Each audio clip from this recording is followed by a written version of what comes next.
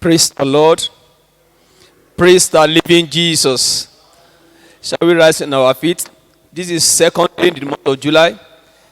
And we want to appreciate God for the opportunity given unto us again. Can we begin to appreciate God? Thank you for yesterday. Thank you for what God has done today for yesterday's program. Can we begin to appreciate God? Father, we thank you, Lord. We appreciate your goodness. Thank you for what you have done. Thank you for your privilege given unto us. Thank you. Be glorified in the mighty name of Jesus. Let's begin to appreciate God. Let's say something wonderful, something great about what God has done in our life. Let's thank you for that privilege. Father, we thank you, Lord. We appreciate your goodness, O Lord. Thank you for yesterday's program. Thank you for the way you blessed us yesterday, O Lord. Be glorified in the mighty name of Jesus. Thank you for our family member. Thank you for everyone. Thank you for what you have done, Lord. Thank you for mighty your hand moved yesterday. Be glorified in the mighty name of Jesus. We thank you, Lord. We appreciate your goodness, O Lord. Thank you for this hour again. Thank you for this moment, O Lord. Father, we thank you. We thank you, Lord. We appreciate your goodness, O Lord. Thank you for what you no? Thank you for what you have in store for us today, O Lord. Father, be glorified. Be glorified. Be magnified. We thank you, Lord. We appreciate you. We appreciate your goodness. We thank you. Daddy, we thank you, Lord. Thank you, King of glory. Thank you, Lord. Thank you, Daddy. For in Jesus' name we pray.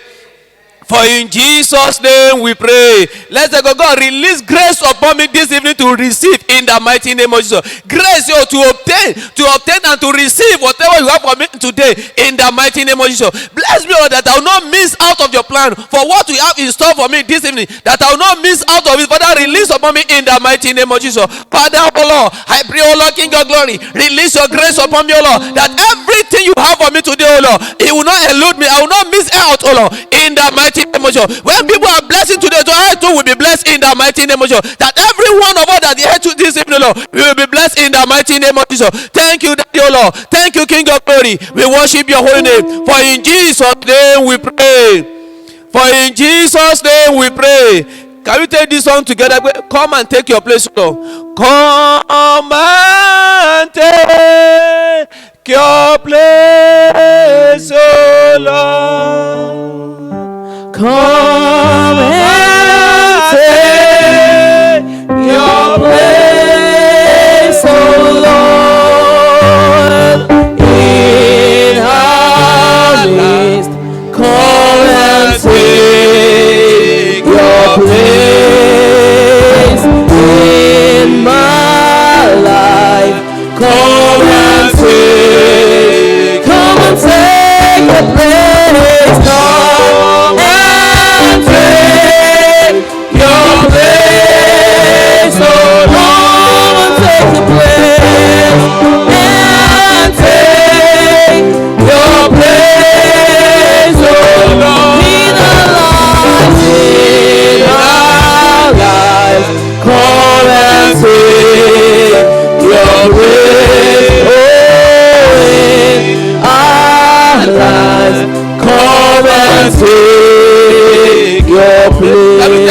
God, come and take your place in our midst, O Lord. Take preeminence in the mighty name. This evening, O Lord, Father, take charge of everything, O Lord, in the mighty name of Jesus. Let me be the servant of God that God wants to use, O Lord. Father, release your grace upon him, O Lord, that you speak with your authority in the mighty name of Jesus. Father, release your grace, O Lord. Release your unction upon him in the mighty name of Jesus. As your son come here, Lord, to lead us, O Lord, Father, you empower him, O Lord, in the mighty name of Jesus. Thank you, Father, O Lord, for in Jesus' name we pray. Father, we thank you, Lord. We appreciate your goodness, O Lord. Thank you for your grace upon us, O Lord. Thank you for this evening, O Lord. Be glorified in the mighty name of Jesus. We pray that every one of us that hear this evening, Lord, will be blessed in the mighty name of Jesus. That every one of us will be touched in the mighty name of Jesus. All our requests shall be granted in the mighty name of Jesus. Leave your presence empty in the mighty name of Jesus. You will fill all our mouth with testimony. For in Jesus' name we pray. Begin to wave those hands to Jesus.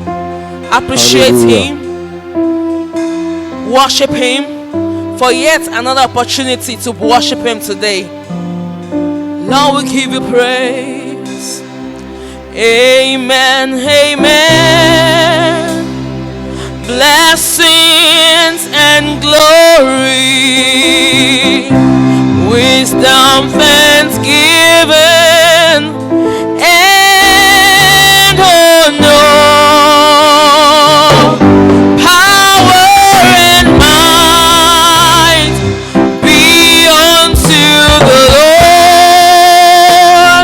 Forever and ever. Hey.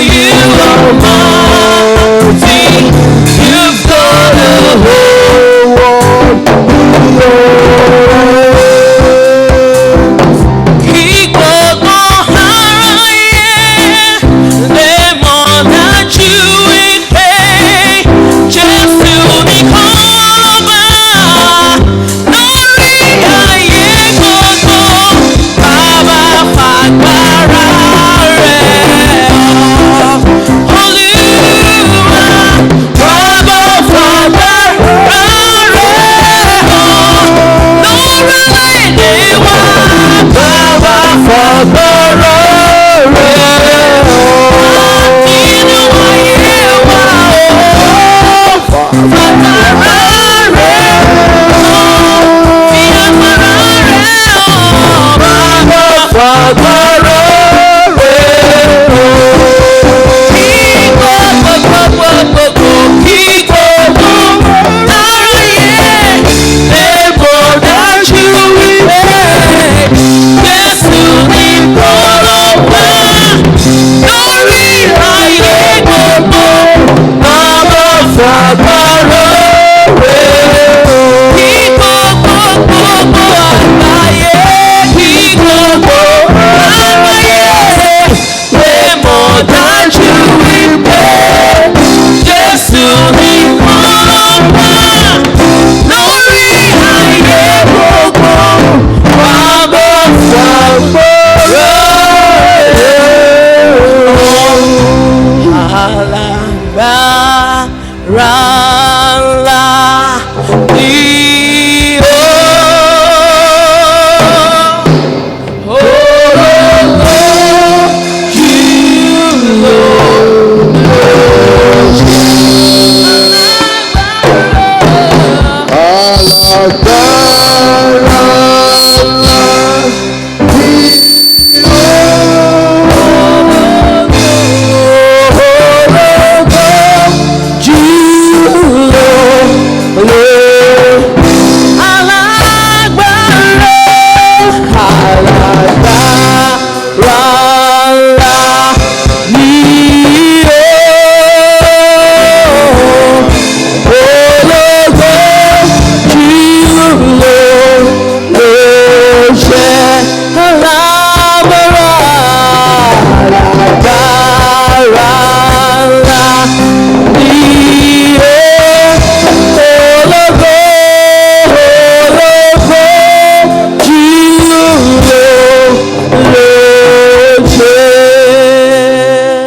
I want you to lift up your hands unto God and continue to say something pleasant unto Him for bringing you to the second day in the month of July. Mo fẹ́ kẹ́ gbé ọwọ́ yín sókè kẹ́ bẹ̀rẹ̀ sí ní sọ ohun tó dára sí Ọlọ́run tó mú yín wọ inú ọjọ́ kejì ní oṣù keje. Our God is good.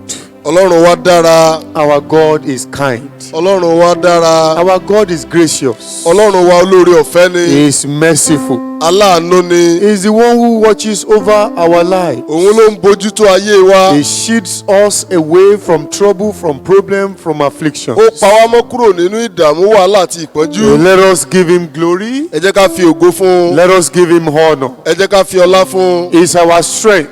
Òun ni okun wa. He is our sustainer. Òun ni olùgbé wa ró. Our support. Òun ni olùrànlọ́wọ́ wa. Our source. Òun ni orísun wa. He is reliable. Ó tó gbára lé. He is very real. Ó dájú. His words are true.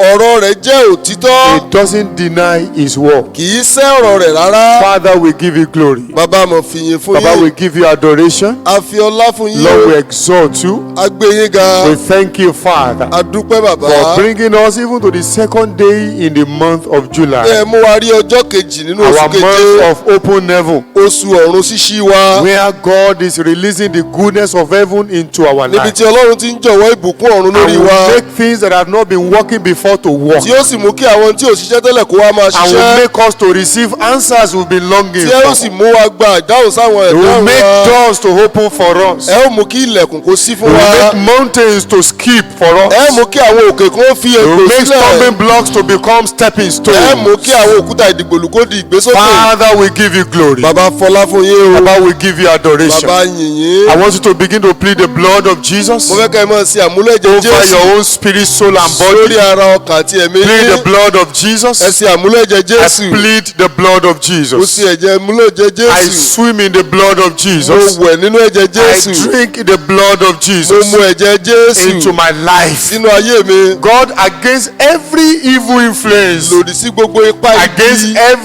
every assignment of any demon in my life, Lòdì sí gbogbo iṣẹ́ òkùnkùn nínú ayé against mi. any plan of the devil in my life, Lòdì sí ètò èṣù lórí ayé mi. I take the blood of Mo Jesus. mu ẹ̀jẹ̀ I Jésù. secure total victory over the works of darkness in my mo life. gba ìṣẹ́gun pátápátá lórí sí In the òkùnkùn name nínú of ayé mi Jesus, lórúkọ the blood of Jésù. Jesus is a major weapon for our victory Ẹ̀jẹ̀ over Jésù Satan. òun ni kọ́kọ́rọ́ kan fún For the ìṣẹ́gun Bible wa says lórí they Èṣù. overcame that dragon by the blood of the Lamb Akọ́gbẹ́ borí and by the ọ̀dọ́ testimony of their mouth. wọ́n borí dragon náà nípa Today I claim my victory over Satan, mo gba ìṣẹ́gun mi over lórí the works Èṣù of Satan, lórí iṣẹ́ èṣù by the gbogbo blood of nípa ẹ̀jẹ̀ Jesus. Jésù wa mo ṣe àmúlò ẹ̀jẹ̀ I soak Jésù my life in the blood of Jesus. mo rí ara mi I sínú soak ẹ̀jẹ̀ my Jésù family in the blood of mo Jesus. rí gbogbo ìdílé I mi sínú soak ẹ̀jẹ̀ Jésù everything in my life in the blood of gbogbo Jesus. nípa mi ni mo rí bó ẹ̀jẹ̀ The blood Jésù of Jesus. ẹ̀jẹ̀ Jésù The blood of ẹ̀jẹ̀ Jesus. Jésù. In Jesus' mighty name, we have prayed. Amen. I welcome you into the presence of God this evening. mo kí yín káàbọ̀ síwájú Ọlọ́run nírọ̀lẹ́ yìí. Today, let us have our seat briefly. Ẹ jẹ́ ká Today, jókòó. being the second day in the month of òní July, tí í ṣe ọjọ́ kejì nínú oṣù keje we have started to wait upon the Lord since yesterday, a ti bẹ̀rẹ̀ sí ní dúró níwájú Ọlọ́run pẹ̀lú àwẹ̀ látàná. and God has continued to sustain us, Ọlọ́run sì tẹ̀síwájú láti máa gbé wa ró. and He has been supplying us with grace from the open heaven. ó sì ti ń fi oore ọ̀fẹ́ fún wa láti inú ọ̀run wa tó ṣí. It's my prayer for you that this month shall be a glorious one for you. amen. àdúrà mi ni pé oṣù yìí yóò jẹ́ oṣù ológo Because your fún ọ. heaven is open, great doors will open unto you, torí pé ọ̀run yín ń ṣí àwọn ilẹ̀kùn ńlá yóò and máa you ṣí will fún make yín. major progress ẹ ó sì this lo àlùyọ month pàtó in the name of lóṣù Jesus. lórúkọ Jésù. Hallelujah. hallelujah. Our text for this month, for these prayers, is John chapter 1, verse 51, where Jesus announced, declared to the early disciples that he said in John chapter 1, verse 51, and he said to him, most assuredly, I say to you, hereafter you shall see heaven open, and the angels of God ascending and descending upon the Son of Man. àkọmọ̀nà wa fún oṣù yìí àti ètò àdúrà wa òun ni ìwé Jòhánù orí kìíní ẹsẹ̀ ìkọkànléní àádọ́ta tó wí pé ó sì wí fún un pé lóòótọ́ ni mo wí fún yín ẹ̀yin ó rí ọ̀run ṣí sílẹ̀ àwọn áńgẹ́lì Ọlọ́run yóò sì máa gòkè wọn ó sì máa sọ̀kalẹ̀ sórí ọmọ ènìyàn. Jesus himself could not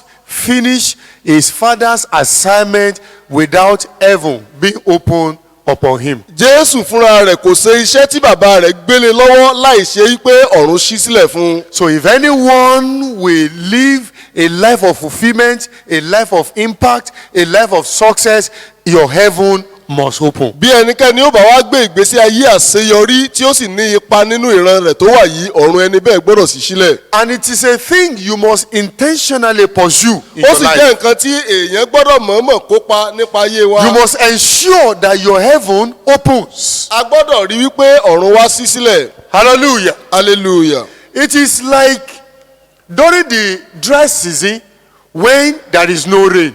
ó dàbí àkókò ẹ̀rùn nígbà tí ò bá sí òjò. When a farmer goes to the farm to do farming activities and rain does not fall, the effort of the farmer will not yield the desired result. nígbà tí àgbẹ̀ bá lọ sóko láti lọ ṣe iṣẹ́ ọ̀gbẹ̀ tí òjò wá rọ̀ iṣẹ́ gbogbo làálàá àgbẹ̀ kò ní mú èrè wá. So a wise farmer has to wait for heaven to open and for rain to come. àgbẹ̀ tó bá wá gbé yóò dúró fún ọ̀run ṣíṣí láti rọ òjò sórí ilẹ̀. But a foolish farmer may say, it doesn't matter ṣùgbọ́n àgbẹ̀ tó ya òmùgọ̀ lé pé kò ní nǹkan ṣe. whether it rains or not. bójò bá ti ẹ̀rọ̀ tàbí ọ̀rọ̀. I will plant my grains. èmi ó gbé ìwóró mi. I will plant my vegetables. èmi ó gbé ẹ̀fọ́ mi. I will plant my pepper. I will plant my crops. n ó gbé èso tèmi. Oh my God. Some will burn off everything òòrùn ni ó jó gbogbo ẹ̀ tútú. because the heaven remains closed. nítorí pé ọ̀run sì wà ní títì síbẹ̀. Do you know that you can see lives of people upon whom the heaven is closed? You see things, you see the son of this world biting them. ẹ lè rí àwọn tí ọ̀run wọn bá sì tì síbẹ̀ ẹ ó rí òòrùn ọnú ayé yìí tí ó mọ fìyà jẹ wọ́n. You will see the son of financial difficulty biting them. ẹ rí òòrùn àìlówólọ́wọ́ àìní tí ó mọ pọ́n wọn lójú. You will see all kinds of challenges and troubles plaguing their lives. ẹ ó rí àwọn wàhálà onírúurú tí ó mọ jayé wọn lógun. They look for answers. Answers will refuse to come. wọ́n wá ìdáhùn kọ̀ láti wá. The reason is the heaven is closed. ìdí ni pé ọ̀run wọn tì. So this month we are waiting upon God for our heaven, for your heaven.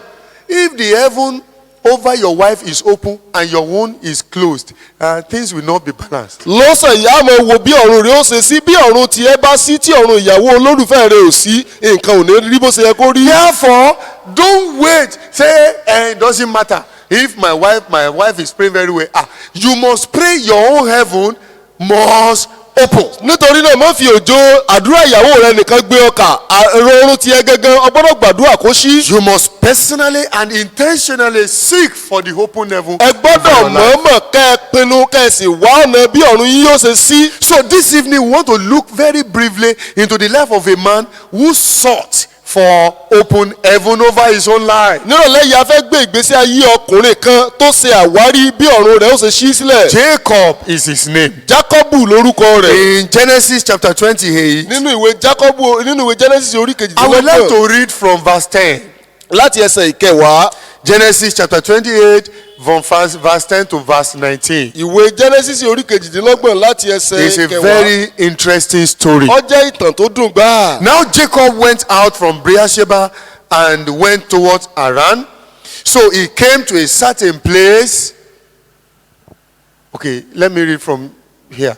So he came to a certain place and stayed there all night because the sun had set. And he took one of the stones of that place and put it at his head, and he lay down in that place to sleep. Verse 12. Then he dreamed, and behold, a ladder was set up on the hearth, and its top reached to heaven, and there the angels of God were ascending and descending on it. Verse 13. And behold, the Lord stood above it and said, I am the Lord God of Abraham, your father, and the God of Isaac. The land on which you lie, I will give to you and your descendants. Also your descendants shall be as the dust of the earth. You shall spread abroad to the west and the east, to the north and the south. And in you and in your seed, all the families of the earth shall be blessed. Verse 15. Behold, I am with you, and will keep you wherever you go, and will bring you back to this land.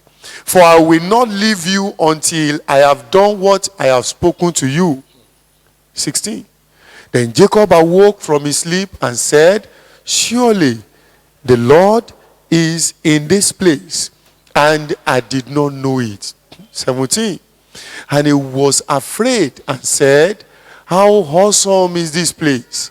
This is none other than the house of God, and this is the gate of heaven. Hallelujah. Hallelujah. Verse 18.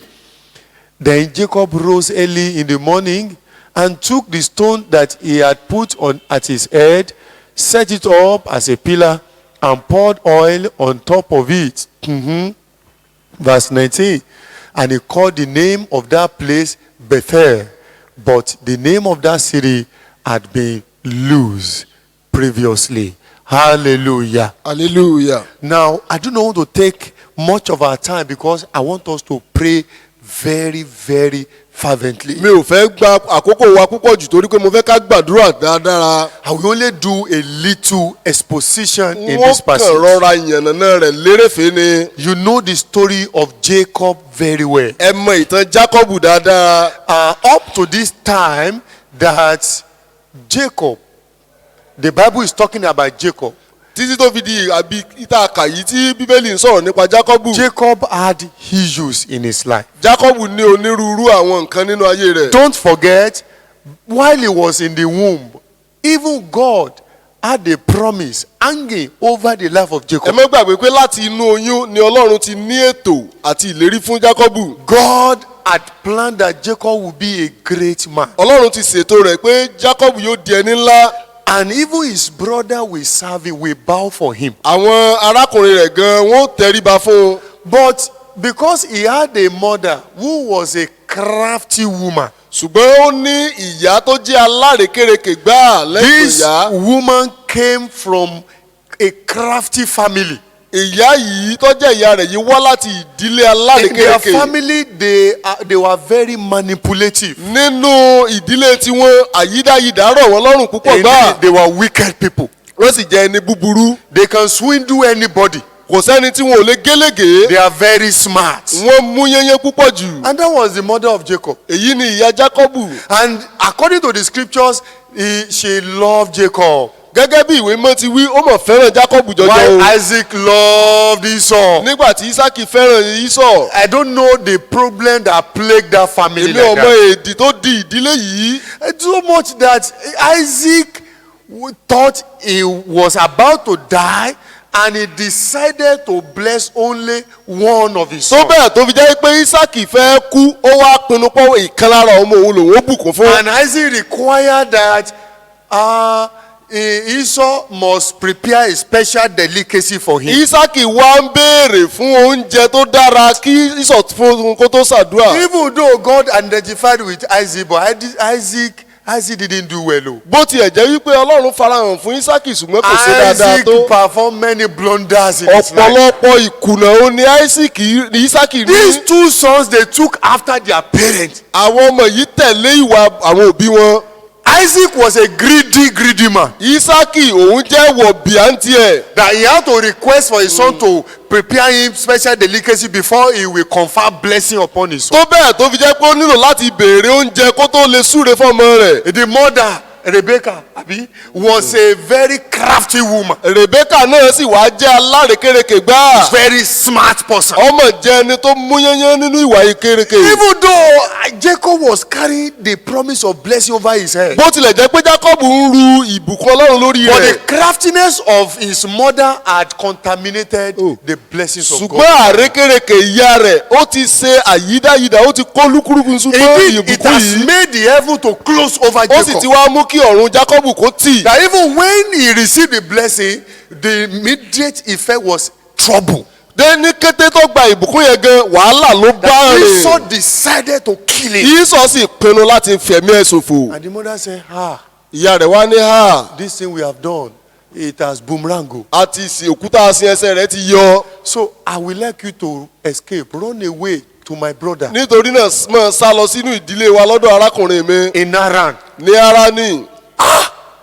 And according to the scriptures, we saw that it was only Jacob that was running away. gẹ́gẹ́ bí ìwé mọ́ ti rí pé Jákọ́bù nìkan ló ń sá lọ. Got to a place that is called Luz. nígbà tó wá dé ìlú tá a pè ní Lúsì. It was dark òkùnkùn pò bẹ̀. and he was tired. ó wá ti rẹ̀ ẹ́. Symbolically, Jacob came to the end of his wit. nínú ìhà àmì Jákọ́bù dé ọ̀gbọ̀ndà agbára rẹ̀. He became weak. ó di aláàárẹ̀. All his craftiness, all his smartness could not carry him forward again. gbogbo àrékérekè ọgbọ́n ẹ̀wẹ́ rẹ̀ kò lè tẹ̀síwájú mọ́. So he had to sleep. ó ń lò láti sùn. And when he lied down, he was thinking about his journey in life. bó ṣe wá ń sùn ló wá ń ronú nípa ìgbésí ayé rẹ̀ láyé. I just imagine that Jacob would be regretting. mo wá rí i pé Jákọ́bù ọmọ kábàámọ̀. Because it's not something pleasant for you to. You don't want to leave your father's house Torí pé- where you are enjoying everything, but now he was forced to leave home. kì í ṣe tó dára láti fi ilé ẹni sílẹ̀ níbi tó ti ń gbádùn ààbò tó péye ṣùgbọ́n nísìn ó ti kúrò nílé. And he doesn't know where he was going. kò sì mọ ibi tó ń lọ. He doesn't know the situation, the experiences he was going to go through in that kò mọ place. ìrírí tí ó lọ bá pàdé níbi tó ń lọ. That was when he remembered the God of his father. nígbà yìí ló wá rántí Ọlọ́run bàbá rẹ̀. And the Bible says he carried a stone and made it his pillow. bíbélì ní pé ló wá gbé òkúta ló wá sọ di ìrọ̀rí rẹ̀. And that is where we are going tonight. ibẹ̀ yẹn là sì ń lọ lálẹ́ yìí. Now, at the point he carried a stone and made it a pillow, ní something agbede happened. ibi tó ti gbé òkúta láti fi ṣe ìrọ̀rí rẹ̀ And he slept. tí ó sì sùn lọ. And when he slept, the Bible says the heaven opened over him. bíbélì pé nígbà tó wá sùn ọ̀run wá ṣí lórí ayé And that rẹ̀. was where he had an encounter that turned his destiny around. níbí yìí ló sì ti ní ìbápàdé tó yí ayé rẹ̀ padà. So what is this stone? kí ni òkúta yìí. Now, if you go to the book of Psalm 121, Tẹ́ bá can you lọ give me verse 1? tẹ́ bá lọ sí ìwé orin Dáfídì orí kọkànléní Now, ọgọ́fà. stone symbolizes God. òkúta yẹn ṣe àpẹẹrẹ Ọlọ́run. Hear what the Bible says. Ẹgbọ́n tí Bíbélì wí. The psalmist said, I will lift up my eyes to what? Èmi To ó the gbé ojú mi hills. sí orí òkè wọn ni. From whence comes my help? Níbo wá ni ìrànlọ́wọ́ mi ó ti wá? He says, my help comes from where? Ó ní ìrànlọ́wọ́ From mi the ti Lord. ọwọ́ Olúwa wá. Who made heaven and Tí earth? ó dá ọ̀run àtayé. Hallelujah. Hallelujah. We do sing this song, Rock of Ages, glad for me. Let me hide myself in thee.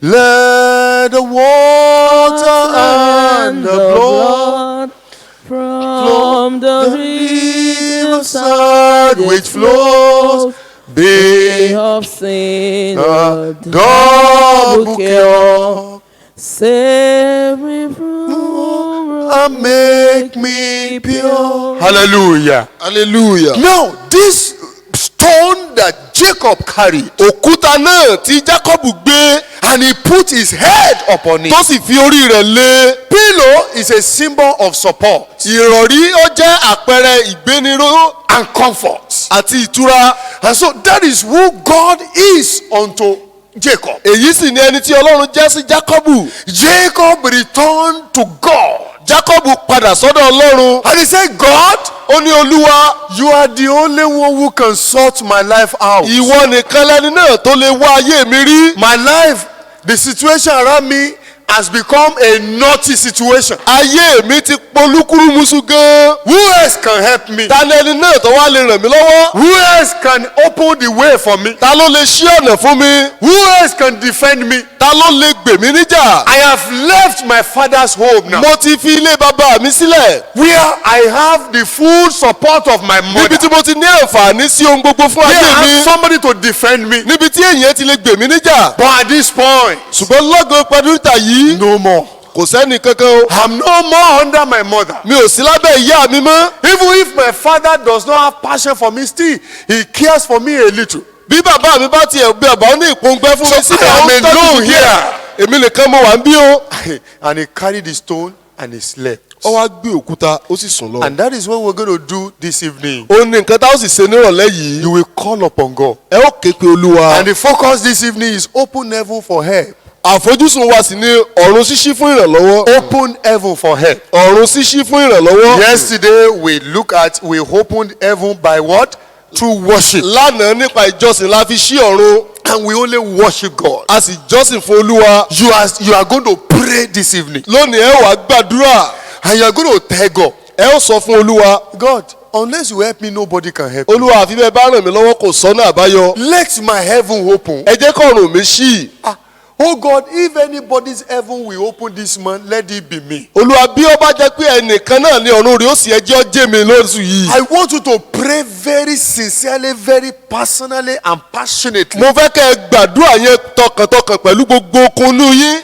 Don't play with this prayer session. Ẹ má ṣe fi àkókò àdúrà yìí ṣeré rárá. You have not come to pray to a man. Ẹ ò wá láti wá gbàdúrà séyẹn. You have come to pray to the living Ẹ God. wá láti wá gbàdúrà sọ́lọ́run alààyè ni. And God does not fail. Ọlọ́run yìí sì já ní He kulẹ̀. said, call unto me, Ó ní ẹ ké pè mí. I will answer you. Wọ́n dá yín lóhùn. If he doesn't have the ability to answer, Bí he will ọba not have given lágbára us that láti dá promise. yín lóhùn kò ní sọ pé ẹ ké pè òun kẹ́ ẹ wá. And so that is the rock. Òun sì ni àpáta. The promise of God is rock. Ìlérí Ọlọ́run àpáta ni. It doesn't fail. Kì í já ní In kulẹ̀. fact, Apostle Paul was telling us in the book of 1 Corinthians, he said, the rock that followed them was Jesus. Apọ́sítélì Paul sọ ní ìwé Kọ́ríńtì pé ó ní àpáta tó tẹ̀lé wọn yìí jẹ́ Jésù Kristi. It is that rock that gave them water. Àpáta yìí ló fún wọn ní omi.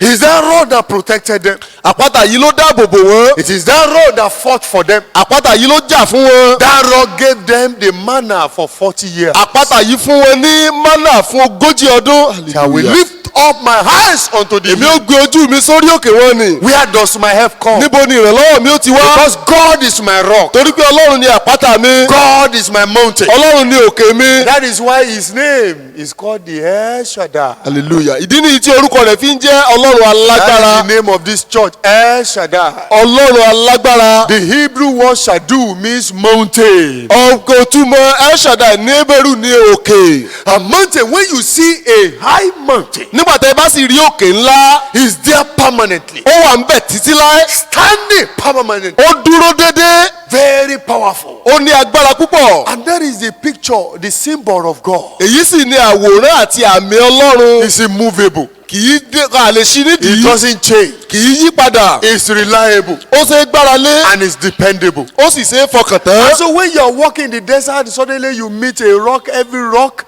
and there is the heat is there. When you come to the rock, you hide under it and you experience coolness.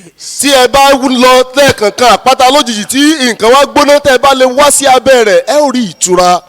Inside some mighty rocks, you see cave there. nínú àwọn àpáta ńláńlá ẹ ó rí àwọn ihò And níbẹ̀. in the desert, the night could be very cold.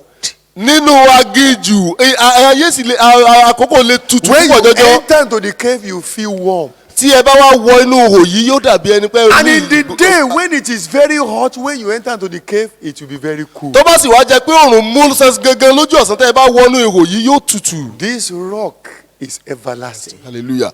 àpáta yìí jẹ́ ayérayé. When you run into him, nígbà tẹ́ ẹ bá sá lọ sọ́dọ̀ rẹ̀ you can never be disappointed. ẹ ò lè gba ìjákulẹ̀ láéláé. Please rise up on your feet. ẹ dìde dúró. I would like you to pray unto him who cannot disappoint. mo fẹ́ kẹ́ ẹ gbàdúrà sí ọlọ́run tí ò lè já yín kulẹ̀. Mark today, ẹ beloved, fi àmì sí ọjọ́ òní. because your heaven will open. nítorí pé ọ̀run yín yóò ṣí. The answer you are seeking will come. amen. àyèdáhùn tẹ́ ń wá yóò The wá. help you are longing for will come your way. amen. ìrànlọ́wọ́ tẹ́ ń wá yóò wá. The affliction, the difficulty, the problem you have been grappling with will come to an end. amen. ìpọ́njú tẹ́ ti ń bá fà á yóò pín yóò dé bá. And people will have reason to congratulate you. amen. àwọn èèyàn ó sì nídìí láti Lift up your yìn yín. hands to begin to connect ẹ unto gbé the ọwọ́ throne yín of sókè grace. láti so mọ́ ìtẹ́ orí ọ̀fẹ́. Say to him, God, you are my rock. ẹ sọ fún pé ìwọ ni àpáta mi. I look up unto mo you. gbójú sókè sí ọ. I hold the horn of the altar. mo di ìwo pẹpẹ mú. I call unto you this mo evening. ké pè ọ́ nírọ̀lẹ́ yìí. Father, let my heaven open. bàbá jẹ́ kí ọ̀run mi kó di Let ṣíṣí sílẹ̀. help be released unto my life. jẹ́ kí ìrànlọ́wọ́ kó di ìjọ̀lọ́wọ́ Talk to the sórí Lord by ayé mi. yourself. Talk to ẹ the bá Lord for ọlọ́run sọ̀rọ̀ yourself. fúnra yín. Talk to God personally ẹ and bá passionately. ọlọ́run sọ̀rọ̀ fúnra Oh yín ni. my God. ọlọ́run mi. In the name of ní Jesus, orúkọ jésù. I rise on my behalf. dìde nípa tèmi Let olúwa. my heaven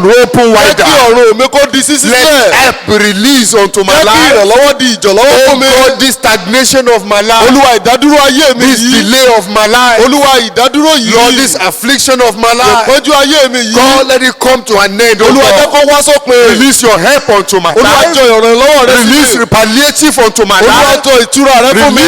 Release relief unto my life. olúwa jọ ìjọ̀lọ́wọ́ fún God, mi. intervene in my situation. olúwa gbogbo ìdààmú. In the name of Jesus, sọ̀rọ̀ ayé mi let olúwa. my heaven open. jẹ́ kí ọ̀run mi kó God, ṣí. let my heaven open. olúwa jẹ́ kí ọ̀run mi Oh kó God, ṣí. arise on my behalf. olúwa dìde nípa Oh God, tèmi. arise on my behalf. olúwa dìde fún Oh God, ìrànlọ́wọ́ mi. arise on my behalf. olúwa dìde Oh fún God, ìrànlọ́wọ́ mi. arise on my behalf. olúwa dìde Oh fún God, ìrànlọ́wọ́ mi. arise on my behalf. olúwa dìde fún ìrànlọ́wọ́ mi.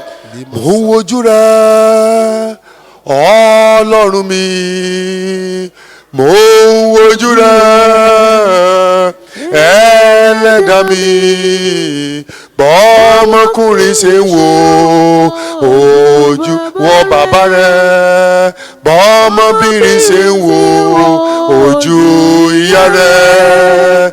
Èmi wo Jésù, èmi wo Jésù títí ẹ ò fi dá mi lọ́lá. Ọlọ́run mi, mo wojú rẹ Ọlọ́run mi. Are you singing? Are you praying with that song? Ẹlẹ́dàá mi, bọ́mọkùnrin ṣe ń wo ọwọ́ bàbá rẹ̀, bọ́mọbìnrin ṣe ń wo ojú ìyá rẹ̀. Èmi wo Jésù. Jésù, èmi wo Jésù, títí ẹ fi dá mi lọ́lá. Tell God you don't have any help. sọ fún ọlọ́run pé o ò ní olùrànlọ́wọ́ Tell kankan. God is the only help you have. òun ní ìrànlọ́wọ́ kan ṣoṣo tó o ní. Tell him sincerely and ẹ sọ fún passionately, pẹ̀lú gbogbo ọkàn yín. God, you are the only help I have. olúwa ìwọ nìkan ni ìrànlọ́wọ́ tí mo No ní. one else to help me. kò sí ẹlòmíì tó lè ràn mí lọ́wọ́. Like Jacob of old, èmi ni Jákọ́bù àgbà his mi. father was not available for him anymore. bàbá rẹ̀ ò rà sí lárọ̀ọ́wọ́tó rẹ̀ His mọ́. mother was not available for him ìyá rẹ̀ ò anymore. sí lárọ̀ọ́wọ́tó rẹ̀ mọ́. He was alone on the journey, òun nìkan ló wà nínú ìrìn àjò náà. and he had become very tired. Ó sì ti wá- Took a stone for his ẹni pillow. pé wá gbé àpò I òkúta want fún you to ìrọ̀rí. take. I want you to take the stone for your pillow. mo fẹ́ Now. kẹ́ ẹ gbé òkúta fún Take ìrọ̀rí yín the báyìí. rock of ages for your pillow ẹ gbé now. àpáta ayérayé fún ìrọ̀rí Call yín. upon him now. ẹ ké pè é báyìí. Call upon him ẹ now. ké pè é báyìí. Oh God, you are the only help I olúwa have. ìwọ nìkan ni ìrànlọ́wọ́ The tí mo Bible ní. says in Psalm 34 verse lórí 5, wí nínú ìwé sáàmù orí they looked unto him and they were ẹsẹ̀ radiant. karùn-ún ó wo ìmọ́lẹ̀ mọ́ wọn. God, I look up unto you now. olúwa mo gbójú mi sókè sí Cause ọ. my life to be radiant. olúwa jẹ́ kí ayé Lord, mi kó send gba help unto my ìtànmọ́lẹ̀. life, oh God. olúwa sẹ́ ìrànlọ́wọ́ sí Send ayé help mi. unto my life, oh sẹ́ God. ìrànlọ́wọ́ sí ayé Let mi. my heavens jẹ́ open. kí ọ̀run mi kó Release help unto my life. olúwa jọ Release help unto ìrànlọ́wọ́ sí my ayé mi. life. Release help unto my ìrànlọ́wọ́ sí life. ayé mi. Release help unto my olúwa life. jọ ìrànlọ́wọ́ sí Oh ayé God, mi. help me. ọlọ́run ẹ ràn mí Oh lọ́wọ́. God, help me. bàbá ẹ ràn mí lọ́wọ́. Oh God, help me. bàbá ẹ ràn mí lọ́wọ́. Oh God, help me. bàbá ẹ ràn mí lọ́wọ́. Oh God, help me. bàbá ẹ ràn mí Oh lọ́wọ́. God, help me. bàbá ẹ ràn mí lọ́wọ́. Oh God, help bàbá ẹ me. ràn mí lọ́wọ́. My finances help me, olúwa Lord. lójú ètò ìsúná mi ẹ In my ràn mí marital lọ́wọ́. life, help me, nínú Lord. ìgbéyàwó mi ẹ ràn In mí my journey, lọ́wọ́. help me, Lord. olúwa nínú In iṣẹ́ my mi ẹ ràn mí career, help me, lọ́wọ́. Lord. nínú àyànláyé Oh mi ẹ Lord, ràn mí help lọ́wọ́. me. olúwa ẹ Oh ràn mí Lord, lọ́wọ́. help me. olúwa ẹ ràn mí Oh lọ́wọ́. Lord, help me. olúwa ẹ ràn mí lọ́wọ́. Oh Lord, help me. olúwa ẹ ràn mí lọ́wọ́. Oh Lord, help me. olúwa ẹ ràn mí lọ́wọ́. Oh Lord, help olúwa ẹ ràn mí lọ́wọ́. In the name of ní Jesus. orúkọ jésù. Jakata kapo yekete kapo. Rakata kapo yekete kepo. Rakata kapo yekete. Help my life, oh God. In the name of Jesus. Help my life, oh God. In the name of Jesus. Locate my life with your help. Let my heavens open wider and send help unto me. In the name of Jesus. Let my heaven open wider. Send help unto me. Oh God, send help unto me. Oh God, send help unto me.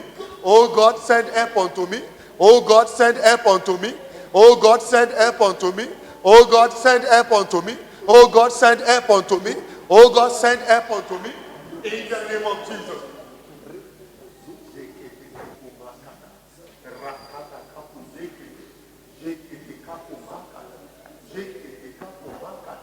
Omijé ojú mi béèrè àánú rẹ bàbá.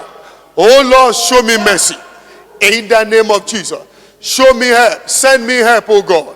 In the name of Jesus. Send me help, oh God. In the name of Jesus. Send me help, oh God. In Jesus' mighty name, we have prayed. amen. For Jacob, at this point, fún Jákọ́bù ní ìpele tó wà yìí. his life was cloudy. ayé rẹ̀ kùrukùru ti bò ó. He was lost into that cloud. ó ti sọnù sínú kùrukùru ayé. The future looked bleak for him. ọjọ́ iwájú rẹ̀ sì ṣókùnkùn púpọ̀. He didn't know what the future holds for him. kò mọ nǹkan tí ọjọ́ iwájú mú lọ́wọ́ fún un. He has been cut off from the blessing of his father and grandfather, Abraham and Isaac. a ti yọ kúrò nínú ìbùkún baba ńlá rẹ̀. Everything has become muddled up for him. ohun gbogbo ló ti wá polúkúrúmuṣu fún un. But because he took the stone and he placed his head upon it, ṣùgbọ́n nítorí pé ó gbé òkúta láti fi ṣe ìrọ̀rí rẹ̀.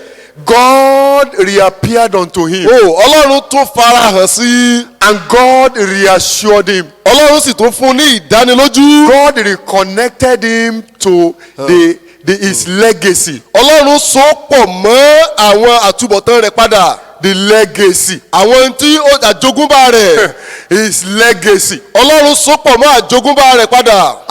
This thing is very real. Oh. nǹkan yìí mọ̀ dájú púpọ̀ o. I remember an experience I had some times ago. mo rántí ìrírí tí mo ní nígbà kan rí. After our father died, lẹ́yìn ìgbà tí bàbá mi ti kú. My elder brother also died. ẹ̀gbọ́n mi ọkùnrin náà kú. So I'm the only male child remaining in our family. èmi nìkan lọmọkùnrin tó kù nínú ìdílé wa. I mean, I didn't have passion. I didn't have interest in what our father left behind. èmi ò sì ní ìpòǹgbẹ fún ohunkóhun tí bàbá wa fi sílẹ̀. I slept just like Jacob èmi kàn sùn bíi Jákọ́bù ni. in one camp like that. nínú ìgbọ̀ngàn kan ní báyìí. And I saw in the dream the woman, the midwife, the woman that delivered me when I was born. mo wá rí ẹni tó gbẹ̀bí agbẹ̀bí tó gbẹ̀bí nígbà tí wọ́n fẹ́ bí mi. I don't even know. I didn't know the woman in my life. èmi ò tiẹ̀ dá obìnrin yẹn mọ̀ rárá But that rí. woman came to me. obìnrin yẹn wá wá sọ́bà mi. And the understanding came to me that this was the woman who delivered me mo sì ní ìlóye pé eléyìí ni ìyá tó gbẹ̀bí when I mi was born. nígbà tá a bí mi. And the woman took me to the land, the property. my obìnrin father yẹn sì mú mi lọ sí ibi ogún ìní bàbá mi. And she said, all these things belong to you. pé gbogbo àwọn nǹkan yìí tìwọ́ ló ní. When I woke up, Nígbà I tí mo became jí- conscious. I said, mo ní ẹ̀ẹ́ they belong to me. èmi mo ní wọ́n. Sincerely, personally, I didn't. èmi ò But ríro. they told me that they belong to me. wọ́n wá sọ fún mi pé tèmi ni wọ́n. Oh my God. It was like, indeed, they belong to me. pé èmi mo làwọn kinní yìí. And when I got to the land truly, nígbà tí mo wá débi ilẹ̀ náà lótìtọ́ I didn't have any struggle. mi ò tiẹ̀ ní ìlàkàkà kankan. In fact, somebody rose up and said, hey, you have taken part of our land. Another person who is not related to us rose up to fight. Said, no way. I know the boundary of the land. ẹnìkan tó fẹ́ takò mí ẹlòmíì tí èsì ara ìdílé wa ló ní rárá o mo mọ ìtàlá ilẹ̀ náà. I silenced the man. mo já ọba panu ẹnu yẹn mọ́. See, God reconnected Jacob to his heritage. ọlọ́run so Jákọ́bù padà mọ́ ogún ìní rẹ̀. It's possible as you are watching me, as you are listening to me. ó ṣeéṣe bó ṣe ń gbọ́ mi tó ń wò mí. There are certain privileges that belong to you, you don't know anything about. àwọn àǹfààní kankan wà fún ọ tó yẹ pé ò mọ ohunkóhun nípa And you're rẹ̀. not enjoying it. o sì gbádùn wọn. There are certain things that are your right that you don't have access to. àwọn kan wà tó yẹ pé àǹfààní àwọn nǹkan wà tó yẹ pé àǹfààní ò ní There are àǹfààní sí àwọn ẹ̀tọ́ blessings rẹ. in this land Àwọn that è- belong to you, you don't have access àwọn to them. ìbùkún kan wà lórí ilẹ̀ yìí tó láǹfààní sí. You will call unto God. ó ké pe olúwa. Lord, reconnect me. ọlọ́run so mí pọ̀ padà. Open doors for me. sí ilẹ̀kùn fún mi. Open heavens upon my olúwa life. sí ọ̀run fún mi. In the name of ní Jesus. orúkọ jésù. Whatever belongs to me that has been taken away from ohun me. gbogbo yòówù tó jẹ́ ìpín mi tá a ti gbà lọ́wọ́ mi. Anything that has been taken away from me. ohun yòówù tá a ti gbà lọ́wọ́ mi. Lord Almighty, recover it for me, olúwa Lord. dá mi padà dáwọ́ padà fún mi. God appeared unto Jacob and ọlọ́run said, farahàn fún Jákọ́bù. look, I have blessed you ó ní wo mo ti bùkún fún ọ. through your grandfather and your father. láti pa bàbá ńlá bàbá rẹ. So Jacob became aware. He became conscious that, hey, he has entitlement to unlimited blessings. Jákọ́bù wá ní ìlóye wípé òun ní àǹfààní sí onírúurú ìbùkún. Oh Lord Jesus, Jésù olúwa. open my treasury for me. ó yẹ ṣí àpò ìsùnwọ̀n eré mi fún Oh mi. Lord Jesus, open my eyes olúwa sí ẹ̀tọ́ mi to fún see mi. the unlimited blessings I have. láti sí àwọn To see the ìbùkún unlimited possibilities láti around my rí life. àwọn àǹfààní tó wà yẹ In the name of ní Jesus. orúkọ Jésù. Open my eyes to see the unlimited possibilities. olúwa ṣí ojú mi sí àwọn àǹfààní Unlimited tó wà láyé mi. possibilities. àwọn àǹfààní tí ò Unlimited lópin. possibilities. àwọn àǹfààní tí ò lópin. Unlimited possibilities. àǹfààní tí ò ní pẹ̀kún. Are you praying for yourself? jẹ́ ń gbàdúrà fúnra yín. Oh Lord, open my life up, oh God. olúwa ṣílẹ̀kùn ayé What mi sí appears ọlọ́run. to be impossible before, àwọn tó dàbí ẹni pé ó nira God, let tẹ́lẹ̀. it be possible for me. olúwa Lord. jẹ́ kí wọ́n máa ṣe é ṣe fún mi Let báyìí. everything good become easy ó for jẹ́ kí me. ohun rere kó bẹ̀rẹ̀ sí ní rọrùn Let fún mi. everything good become easy for me jẹ́ to kí ohun do. rere gbogbo kó bẹ̀rẹ̀ sí ní rọrùn In fún the mi. name of Jesus. ní orúkọ Let Jésù. everything good become easy for me. jẹ́ kí ohun rere gbogbo kó bẹ̀rẹ̀ sí Let ní rọrùn fún divine mi. help locate my jẹ́ life, kí oh God. ìrànlọ́wọ́ látọ̀run wá kó Let wá fún divine mi. help locate my jẹ́ kí life, oh ìrànlọ́wọ́ God. látọ̀run wá kó wá Let fún mi. divine help locate my jẹ́ life, kí oh God. ìrànlọ́wọ́ látọ̀run wá Let wá mi divine rí. help locate my jẹ́ kí life, oh ìrànlọ́wọ́ God. látọ̀run wá wá Let mi rí. divine help locate my jẹ́ kí life, oh ìrànlọ́wọ́ God. látọ̀run wá mi In rí. the name of ní Jesus. orúkọ Jésù. In Jesus' mighty name, we have prayed. Amen. As we read that scriptures down, bá a ṣe ka àgbàlagbélì yẹn sísàlẹ̀. God did not only connect Jacob to his past that is blessed. Jákọ́bù ọlọ́run ò so Jákọ́bù mọ́ ẹ̀yìn rẹ̀ ìgbẹ̀yìn rẹ̀ tó ti jẹ́ ìbùkún fún tẹ́lẹ̀. But God also connect him to the future. ọlọ́run tún so mọ́ ọjọ́ iwájú. And he told him that he was going to be with him ó wá sọ fún un pé òun ó wà pẹ̀lú rẹ̀ and he's going to protect him. òun ó sì dáàbò bò ó He was going to bless him. òun ó wá bùkún fún un. And he said, in your seed, all the families of the earth shall be what? Shall be blessed. ó wá ní láti inú irú ọmọ rẹ gbogbo ìdílé ayé ni ó sì di alábùkún fún. Do you know when God was speaking to Jacob, the families of the earth that God was talking about, you belong to that. Those. ǹjẹ́ ìmọ̀ yìí pé nígbà tí ọlọ́run ń bùkún irú ìbùkún yìí fún Jákọ́bù àwọn èèmọ̀ ìdílé yẹn ó wà lára wọn.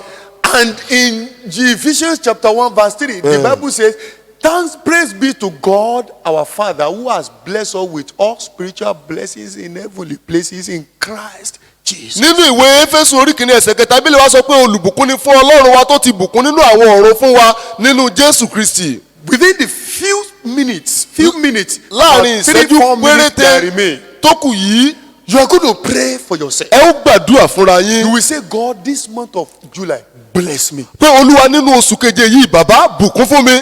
I want you to pray it very consciously, very mo fẹ́ intentionally. kẹ́ ẹ pinnu mọ̀ọ́mọ̀ gbàdúrà yìí. From the west, from the east, from the south, from the north. God, bless my life. láti orígun mẹ́rẹ̀ẹ̀rin ayé bàbá bùkún fún ayé mi. Lord, bless my life. bùkún fún ayé mi. Continue to pray for yourself. ẹ tẹ̀síwájú láti máa gbàdúrà fúnra yín.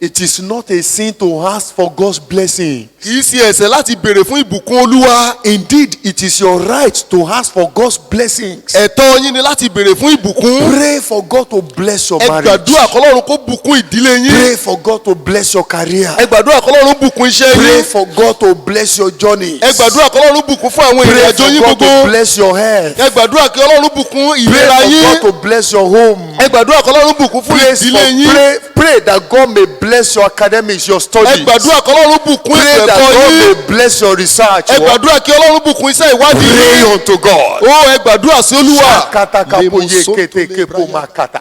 Rakatakapo yekete. Do you remember Jabez?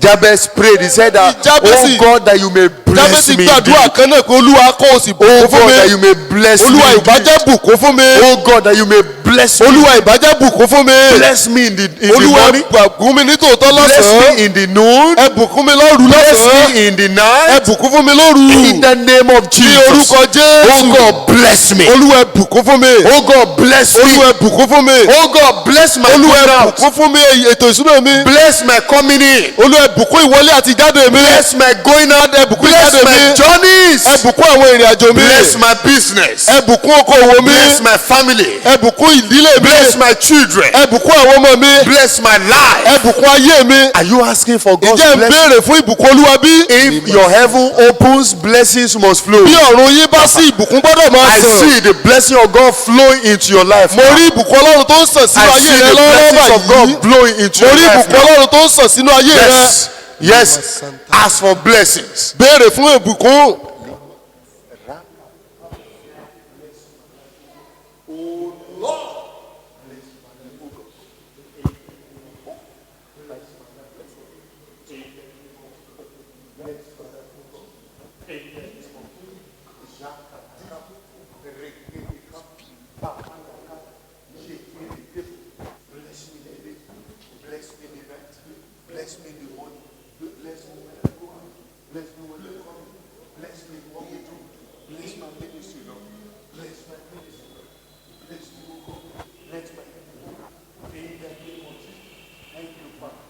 Thank you, Jesus. Begin to appreciate the Lord. ẹ bẹ̀rẹ̀ sí ní dúpẹ́ lọ́wọ́ Give him Ọlọ́run. glory. ẹ fi ògo fún un. He said, whatever you ask, believe and you will receive. ó ní ohun gbogbo tẹ́ ẹ bá béèrè ẹ gbàgbọ́ pé ẹ ti rí gbà. So say, Lord, thank you for blessing me this ẹ sọ month. pé Olúwa mo dúpẹ́ pé ẹ bùkún fún mi Thank you lónìí. for blessing me this month. mo dúpẹ́ pé ẹ bùkún fún mi lóṣù Thank you yìí. for blessing me this month. mo dúpẹ́ pé ẹ bùkún fún mi lóṣù yìí. Thank you because my heaven is open wider. mo dúpẹ́ nítorí pé ọ̀run mi ti ṣí sílẹ̀ padà Thank rà. you because you are going ahead of me. mo dúpẹ́ nítorí pé ẹ ń lọ síwájú mi. Thank you because I will not be put to shame this month. mo dúpẹ́ pé ojú kò ní tì mí lóṣù yìí. Thank you because help from above will satisfy my longing. mo dúpẹ́ pé ìrànlọ́wọ́ láti ọ̀run wá yóò tẹ́ mi lọ́rùn. Thank you, Jesus. Jésù ẹ ṣeun. Thank you, Jesus. Jésù ẹ ṣeun. Thank you, Jesus. Jésù ẹ ṣeun. In Jesus' mighty name, we have prayed. Amen. Our Father, we thank you so much because you are real and reliable. You have promised that we should call unto you. You will hear us. You will answer us. You will show us great and mighty things that we have never seen before. Meaning that you are going to manifest your presence. You will demonstrate your power in our lives. Amen. Blessed be thy name, Lord. Hallelujah. I pray, O God, for my people as they have called unto you, as they travel through the month of July, let divine help from heaven, saturate their lives in the name of Jesus. Amen. I declare over your life, this month of July, you will not be put to shame. Amen. You will not be put to shame. Amen. You will not be put to shame. Amen. Every area where you are thirsty, every area where you are hungry, every area where you are weak, every area where you are tired, the help of God will support you. Amen. The help of God will satisfy you. Amen. And people will celebrate with you. Amen. It is done. Amen. Baba, we pray, oh God, for Nigeria. Arise, show us mercy, heal our land. Amen. We declare healing over Nigeria in the name of Jesus. Amen. Every evil agenda that is woven together in the secret place against us, against this country, we frustrate it in the name of Jesus. Amen. All our members outside of Nigeria, in Germany, in the US, in South Africa, in India, Lord, let your help locate their lives. Amen. Let your favor become their garment. Amen. Let divine help reach them, O God. Amen. And grant them success in all their endeavors. Amen. Thank you, Father. Thank you, We Lord. worship you, Lord. Hallelujah. We adore you, Lord. Thank you. In Jesus' mighty name, we have prayed. Amen. Praise the Lord. Hallelujah. We give all the glory to God for this grace we have found within this 1 hour of waiting upon God. A fi ògo fún Ọlọ́run fún dídúró di Ọlọ́run láàrin wákàtí kan yìí. I want you to be confident that the God you have prayed unto will show up in your situations, in your life throughout this month in the name of Jesus. Amen. Mo fẹ́ kẹ́ ẹ ní ìdánilójú pé Ọlọ́run tẹ́ gbàdúrà sí yóò farahàn fún yín. And be expectant that help will be coming your way at every point of your journey through this month in the name of Jesus. Amen. Kẹ́ ẹ sì máa retí pé ìrànlọ́wọ́ yóò wá sí ọ̀nà yín ní gbogbo ìkórìtà ayé yín. Please don't forget, the church, El Shaddai Baptist Church, opens for public worship experience on Sunday. Ẹ má jẹ́ ká gbà pé ní ọjọ́ ìsìn tó ń bọ̀ yìí òun ni ìjọ wa yóò bẹ̀rẹ̀ sí ní jọ́sìn lápapọ̀. And like we have been having it before,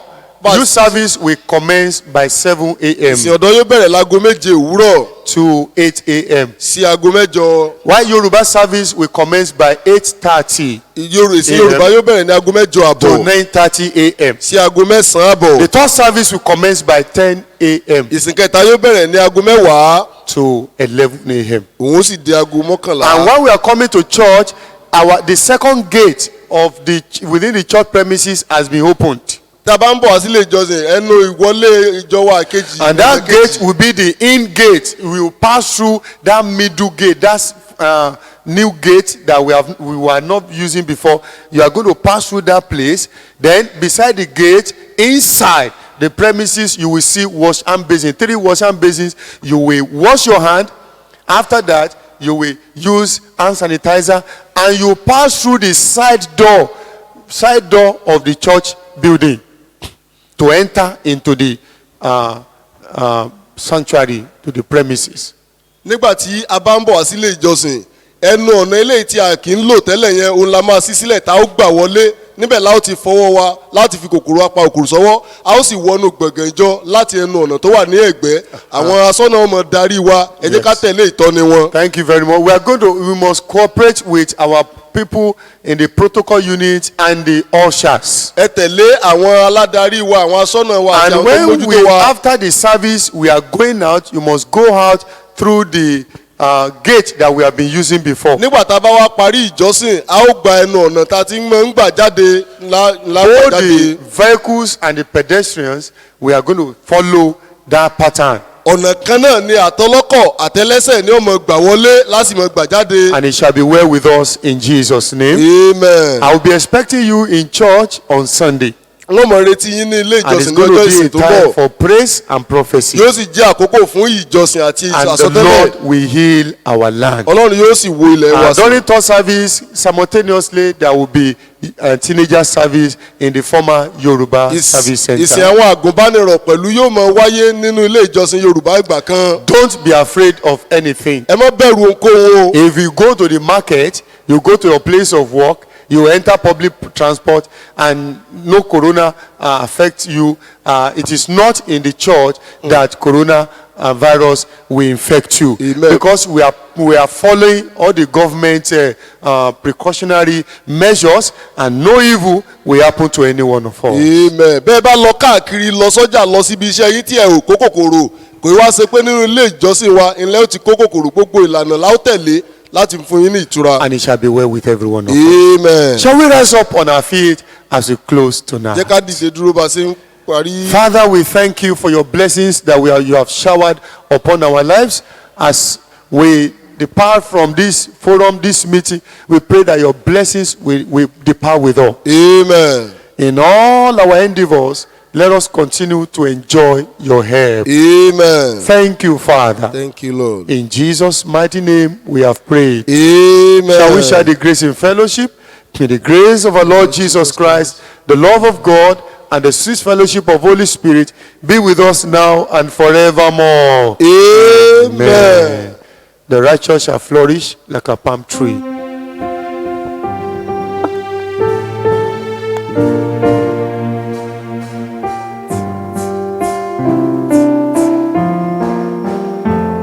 The righteous will flourish like a palm tree. They will grow like a cedar of Lebanon, planted in the house of the Lord. They will flourish in the path of our God. They will still bear fruit in old age. They will stay fresh and green. The righteous will flourish, flourish, flourish above.